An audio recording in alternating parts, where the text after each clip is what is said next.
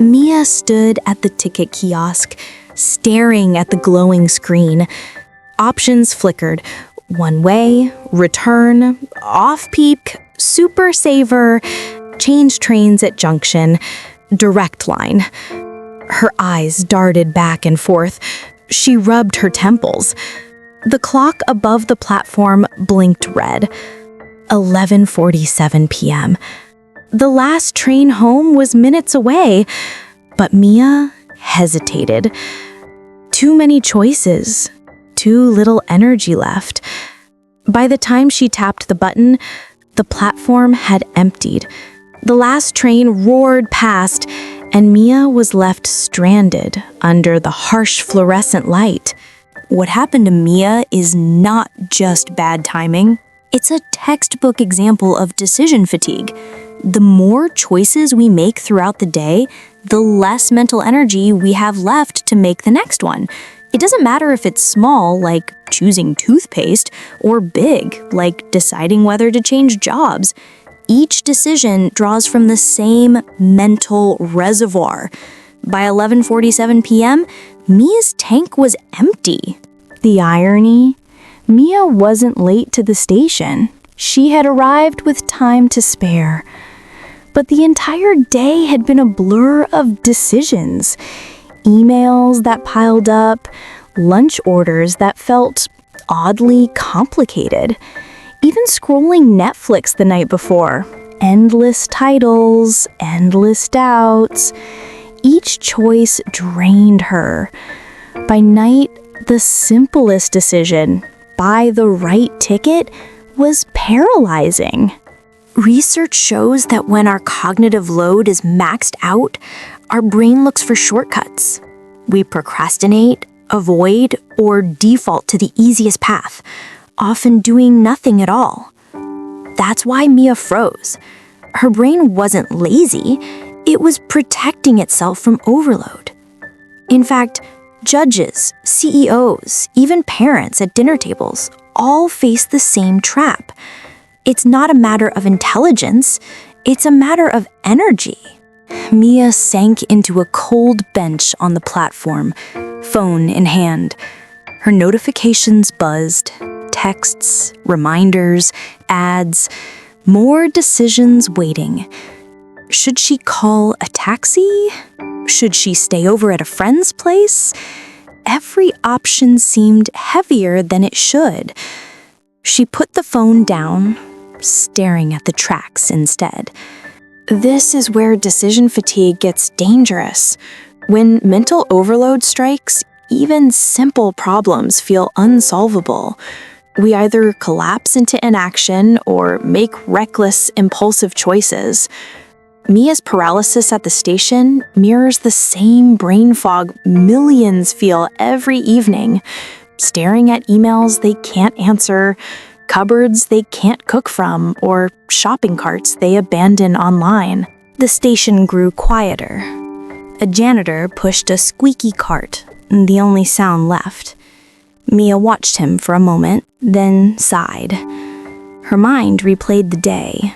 20 meetings, 50 unread emails, 3 grocery store aisles that felt endless.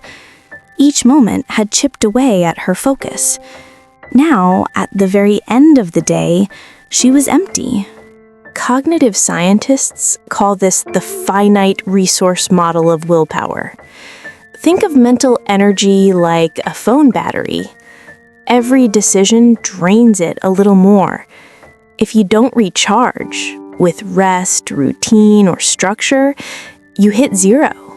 And just like Mia at the train station, you miss out, not because you don't care, but because your brain has nothing left to give.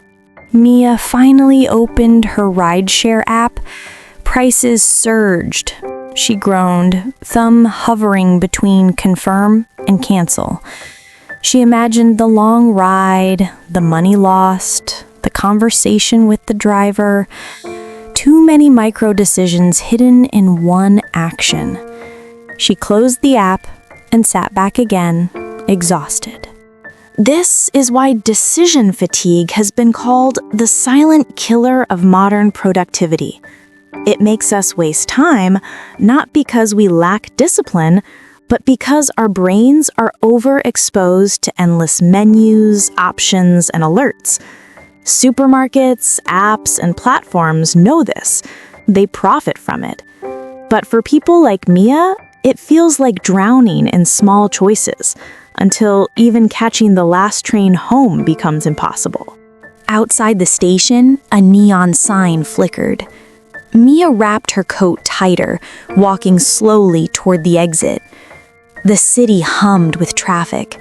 She thought about calling her mother, but the thought of another conversation, another decision of what to say, was just too much. Silence felt easier. And that's the heart of decision fatigue. It robs us not just of productivity, but of connection. We avoid people we love, skip opportunities, and settle for less simply because our minds are too tired to choose. Decision fatigue doesn't just cost Mia a train ride, it costs her peace, confidence, and sometimes belonging. Mia eventually called a taxi, arriving home an hour later. Her shoes dropped by the door, coat left on a chair. She collapsed into bed, not from the weight of the day's work, but from the weight of her own choices. The truth is, Mia's story is not unique. It's the same story playing out in late-night offices, crowded supermarkets, and quiet living rooms where screens glow endlessly. Decision fatigue makes us miss more than trains. It makes us miss moments, opportunities, and sometimes even ourselves. So the next time you find yourself frozen at the smallest choice, remember Mia's story. And remember, you're not broken. You're just tired. If you saw yourself in Mia's story, you're not alone. More insights are coming. Share in the comments where decision fatigue hits you the hardest. We'll build future episodes from your stories.